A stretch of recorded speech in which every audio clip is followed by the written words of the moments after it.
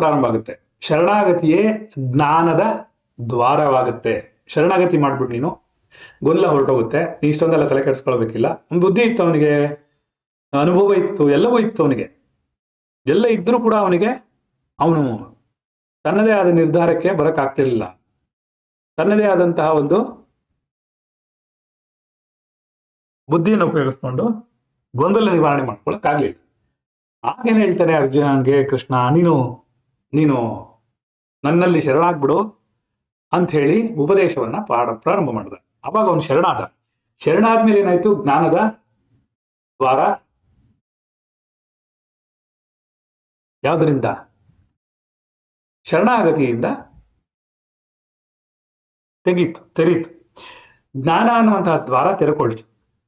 ಆದ್ದರಿಂದ ನೀವು ಅಷ್ಟೇ, ನಿಮಗೆ ಗೊಂದಲ ನಿವಾರಣೆ ಶರಣಾಗತಿ ಮಾಡಿದಾಗ ಜ್ಞಾನದ ದ್ವಾರ ತೆಕ್ಕೊಳ್ಳುತ್ತೆ. ಗುರು ಹೇಳಿದ್ದ ಅರ್ಥ ಆಗುತ್ತೆ, ದೊಡ್ಡವರು ಗುರುವರು ಹಿರಿಯರು ಹೇಳಿದದ್ದು ಅರ್ಥ ಆಗುತ್ತೆ. ಶರಣಾಗತಿಯಿಂದ ನಿಧಾನವಾಗಿ ಗೊಂದಲ ನಿವಾರಣೆ ಆಗುತ್ತೆ. ಹೌದು, ನಿಧಾನವಾಗಿ ಬಾಗಿಲೆಲ್ಲ ತೆಕ್ಕೊಳ್ಳುತ್ತಲ್ಲ. ನೀವು ಅಹಂಕಾರವನ್ನು ಕಡಿಮೆ ಮಾಡ್ಕೋತಿರಲ್ಲ. ಶರಣಾಗತಿಯಿಂದ ಅಹಂಕಾರ ಕಡಿಮೆ ಆಗುತ್ತೆ. ಅಹಂಕಾರ ಕಡಿಮೆ ಆಗೋದ್ರಿಂದ ವ್ಯಾಮೋಹ ಕಡಿಮೆ ಆಗ್ಬಿಡುತ್ತೆ. ವ್ಯಾಮೋಹ ಕಡಿಮೆ ಆಗೋದ್ರಿಂದ ಬುದ್ಧಿ ನಿಮಗೆ ಸರಿಯಾಗಿ ಕೆಲಸ ಮಾಡೋಕ್ಕೆ ಪ್ರಾರಂಭ ಮಾಡುತ್ತೆ. ಸರಿನಾ? ಇದು ನಮ್ಗೆ ಅರ್ಥ ಆಗ್ಬಿಟ್ರೆ ನಾವು ಬಹಳ ಅತ್ಯಂತ ಮಹಾನ್ ಸಾಧನೆಯನ್ನು ನಾವು ಹಾಗಾದ್ರೆ ಗುರುವಿನಲ್ಲಿ ಶರಣಾಗತಿ ಮಾಡಿದ್ರೆ ಏನಾಗುತ್ತೆ ಅಂದ್ರೆ, ಗುರುವಿನಲ್ಲಿ ಶರಣಾಗತಿ ಅನ್ನೋದು ಸುಮ್ಮನೆ ಒಬ್ಬ ವ್ಯಕ್ತಿಗೆ, ಗುರು ಅನ್ನೋನೊಬ್ಬ ವ್ಯಕ್ತಿಯಾಗಿದ್ದಾನೆ, ಆ ವ್ಯಕ್ತಿಗೆ ನಾವು ಶರಣಾಗ್ಬಿಡೋದು ಅನ್ನೋದಲ್ಲ. ಅದನ್ನ ವ್ಯಕ್ತಿಗೆ ಶರಣಾಗತಿ ಅಂತಾರೆ ಹೊರತು ಗುರುವಿನಲ್ಲಿ ಶರಣಾಗತಿ ಅಂತ ಎಲ್ಲ ಹೇಳಲ್ಲ. ಸರಿನಾ? ಗುರುವಿನ ಮೂಲಕ ವ್ಯಕ್ತವಾಗಿರುವಂತಹ ಸತ್ಯಕ್ಕೆ ಶರಣಾಗೋದು. ಗುರು ಏನ್ ಹೇಳ್ತಾನೆ? ಒಬ್ಬ ವ್ಯಕ್ತಿಗೆ ನೀವು ಶರಣಾಗತಿ ಮಾಡ್ಬಿಟ್ರೆ ಆಗೋಲ್ಲ. ನೀವು ಅವ್ರು ಏನ್ ಹೇಳ್ಕೊಟ್ರೋ, ಅವ್ರೇನ್ ಸತ್ಯ ಹೇಳಿದ್ರೋ ಆ ಸತ್ಯಕ್ಕೆ ಶರಣಾಗ್ಬೇಕಾಗುತ್ತೆ. ಅದು ನಿಜವಾದ ಶರಣಾಗತಿ ಆಗುತ್ತೆ. ಆವಾಗ ನಿಮ್ಮ ಗೊಂದಲ ನಿವಾರಣೆ ಆಗುತ್ತೆ. ಅಂದ್ರೆ ಏನರ್ಥ? ಒಬ್ಬ ವ್ಯಕ್ತಿ ಗುರು ಅಂದ್ರೆ ಒಬ್ಬ ವ್ಯಕ್ತಿ ಅನ್ಕೊಂಡು ವ್ಯಕ್ತಿಗೆ ನಮಸ್ಕಾರ ಮಾಡಿ ಪ್ರಯೋಜನ ಆಗಲ್ಲ. ಪರಮಾತ್ಮನ ವಿದ್ಯೆ ಏನಿದೆಯೋ ಅವ್ರು ಏನ್ ಹೇಳ್ಕೊಡ್ತಾ ಇದ್ರೋ ಆ ಜ್ಞಾನಕ್ಕೆ ನೀವೇನಾದ್ರು ಶರಣಾಗತಿಯನ್ನ ಮಾಡಿದ್ರೆ ಆವಾಗ ನಿಮಗದು ಸತ್ಯ ಏನಿದೆಯೋ ಅದು ನಿಮಗೆ ಅರ್ಥ ಆಗಕ್ಕೆ ಶುರುವಾಗುತ್ತೆ. ಅವಾಗ ಜ್ಞಾನದ ಬಾಗಿಲು ತೆಗೆಯುತ್ತೆ ಅಂತ ಹೇಳ್ತಿದ್ದಾರೆ.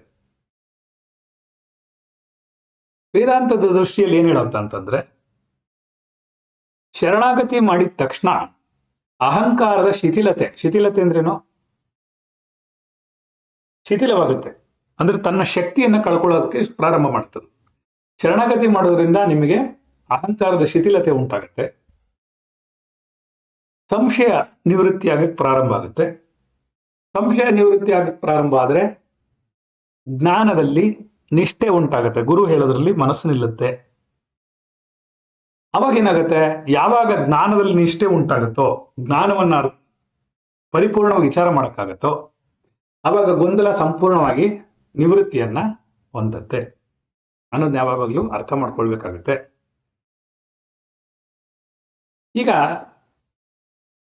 ನೀವು ರಮಣ ಮಾರ್ಗದಲ್ಲೋ ಅಥವಾ ವಿಚಾರ ಮಾರ್ಗದಲ್ಲೋ ನೀವೇನಾದ್ರು ಕೇಳಬೇಕು ಅಂತಂದ್ರೆ ನೇರವಾಗಿ ಪ್ರಶ್ನೆ ಕೇಳ್ಬಿಡ್ಬೋದು. ಏನಂತ ಅಂದ್ರೆ, ಈ ಗೊಂದಲ ಯಾರಿಗೆ ಅನ್ನೋ ಪ್ರಶ್ನೆ ಬಂದ್ಬಿಡುತ್ತೆ. ಇದು ಜೀವಾತ್ಮನಿಗೆ ಗೊಂದಲ ಉಂಟಾಗಿದೆಯಾ? ಆತ್ಮನಲ್ಲಿ ಏನಾದ್ರು ಗೊಂದಲವಿದೆಯಾ? ಬುದ್ಧಿಗೆ ಗೊಂದಲ ಉಂಟಾಗಿದೆಯಾ?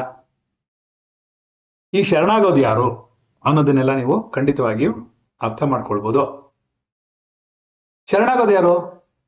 ಆತ್ಮನು ಶರಣಾಗುತ್ತಾ? ಇಲ್ಲ, ಅಹಂಕಾರವೇ ಶರಣಾಗ್ಬೇಕು ಅನ್ನೋದು ನಿಮ್ಗೆ ಅರ್ಥ ಆಗುತ್ತೆ. ಅಹಂಕಾರ ಶರಣಾಗ್ಬೇಕೇ ಹೊರತು ಮಮಕಾರ ಶರಣವಾಗ್ಬೇಕೇ ಹೊರತು ಆತ್ಮನೋ ಜೀವಾತ್ಮನೋ ಯಾವುದಕ್ಕೂ ಶರಣಾಗ್ಬೇಕಾದ ಅವಶ್ಯಕತೆ ಇಲ್ಲ. ಅಹಂಕಾರ ಮಮಕಾರಗಳನ್ನ ಅರ್ಥ ಮಾಡ್ಕೊಳ್ಬೇಕು. ಹಾಗಾಗಿ ಸ್ವಲ್ಪ ನಾವು ಅರ್ಥ ಮಾಡ್ಕೊಳ್ಬೇಕಾದ್ರೆ ಏನಂತಂದ್ರೆ, ಇಷ್ಟು ಹೊತ್ತು ನಾವೇನ್ ಅರ್ಥ ಮಾಡ್ಕೊಂಡ್ವಿ ಇದ್ರೆ